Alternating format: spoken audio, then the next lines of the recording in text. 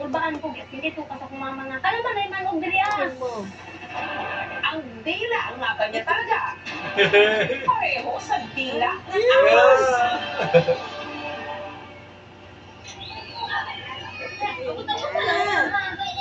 Ang Kawawa. bagang sinasabing may kambal ahas, ang 3 taong gulang na si Kevin o Ken Ken. Kwento ng kanyang ina na si Wesley. 3 taong gulang pa lang daw si Ken Ken. Kawawa. Mahilig na ito sa mga ahas. Ato na sa mga tagbutan dito, sa mga bato. Yan na to pang ukap-ukapon ba? Yeah. Kapag ito nag-check dito. Ayaw kang mapaakan ka. Dili man siya. Dili man daw siya. Basta mapaakan siya. Dili daw siya mauta. Dili siya patay.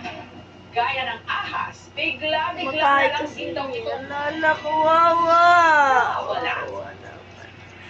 Kawawa. Kaya ba ito? May kubra? Yeah.